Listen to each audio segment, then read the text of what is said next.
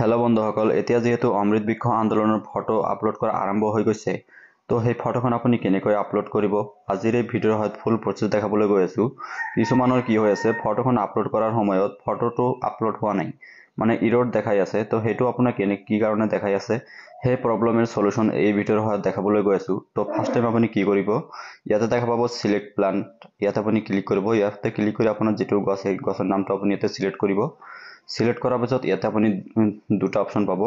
ইয়াতে first time দেখা পাব ওপেন ক্যামেৰা, তাৰপিছত দেখা পাব ওপেন গ্যালাৰি।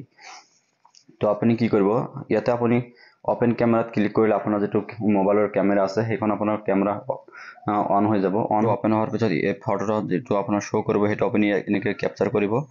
ক্যাপচাৰ কৰাৰ পিছত ইয়াতে আপুনি দেখা পাব ৰাইট অপশন, ইয়াতে আপুনি ক্লিক কৰিব। ক্লিক কৰাৰ পিছত এনেকুৱাকৈ আহিব। তাৰপিছত আপুনি আপোনাৰ মতে এইটো ক্ৰপ কৰিব। ক্ৰপ কৰাৰ পিছত ওপৰত দেখা পাব ক্ৰপ অপশন, ইয়াতে ক্ৰপ কৰিব। ক্ৰপ কৰাৰ পিছত ইয়াতে আপোনাৰ আহিব। তাৰপিছত ইয়াতে আপুনি আপলোড অপশনত ক্লিক কৰিলে আপোনাৰ ফটোটো আপলোড হৈ যাব। তো এইটো হ'ল এটা প্ৰচেছ। তাৰপিছত আপুনি কি কৰিব, ব্যাক হৈ আপুনি ইয়াতে দেখা পাব আপলোড ফটো, এটা আকৌ আহিব। তাৰপিছত ইয়াতে আপুনি আকৌ সিলেক্ট প্লানেট ক্লিক কৰিব। ইয়াতে আপোনাৰ গছৰ নামটো সিলেক্ট কৰিব। তাৰপিছত তলত দেখা পাব ওপেন গ্যালাৰি, ইয়াতে আপুনি ক্লিক কৰিব। ইয়াতে ক্লিক কৰাৰ পিছত ইয়াতে আপুনি যেটো ফটো আগতীয়াকৈ ফটো মাৰি ৰাখিছে সেই ফটোখন আপুনি ইয়াতে আপলোড কৰিব, মানে সিলেক্ট কৰিব। তো মই এনেকুৱা ইয়াতে যিকোনো এটা ফটো সিলেক্ট কৰিছোঁ। সিলেক্ট কৰাৰ পিছত ইয়াতে আপোনাৰ ফটোটো আপোনাৰ মতে ক্ৰপ কৰিব। ক্ৰপ কৰাৰ পিছত ইয়াতে আপুনি ক্ৰপ অপশনত ক্লিক কৰিব। ক্ৰপ কৰাৰ পিছত ইয়াতে দেখা পাই আছে please select image which has location meta data. তো এইটো আপোনাৰ যেটো ইৰ'ৰ আছে, ইমেজ ইৰ'ৰ, এই ইৰ'ৰটো আপোনাৰ শো কৰিব। তো এই ইৰ'ৰটো শো কৰাৰ কাৰণ আছে। তো এই ইৰ'ৰটো কোন সময়ত শো কৰিব, যেটো সময়ত আপুনি কি কৰিব, আপোনাৰ যেটো আপুনি যেটো ফটো আপলোড কৰিছে সেই ফটোখন আপুনি কি কৰিব, যেটো মোবাইলৰ সহায়ত আপুনি ফটোখন আপলোড কৰি আছে সেইটো মোবাইলৰ সহায়ত আপোনাৰ সেই ফটোটো ক্যাপচাৰ কৰিব। তো আপোনাৰ যি গছ পুলিখন আপুনি আপলোড কৰিব, আপুনি যেটো মোবাইলৰ সহায়ত আপুনি ফটোখন আপলোড কৰি আছে সেই মোবাইলৰ সহায়ত আপুনি ক্যামেৰাটো কৰিব, মানে ফটোটো উঠাব। আপুনি যদি ভাবি আছে যে মই বেলেগ এটা মোবাইলৰ পৰা ফটো উঠাম আৰু মোৰ মোবাইলৰ সহায়ত মই ফটোটো আপলোড কৰিম, তেনেকা কিন্তু আপোনাৰ নহব। যদি আপুনি তেনেকুৱাকৈ কৰি আছে তেনেহলে আপোনাৰ এইটো প্ৰবলেমটো আহিব, এই ইমেজ ইৰৰটো আহিব।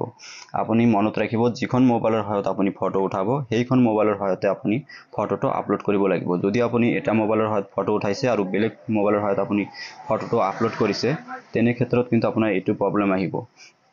এইখিনি আপুনি মনত ৰাখিব লাগিব। তো আপুনি যদি কি কৰিছে, ইয়াতে আপুনি ওপেন গ্যালাৰিত ক্লিক কৰিব।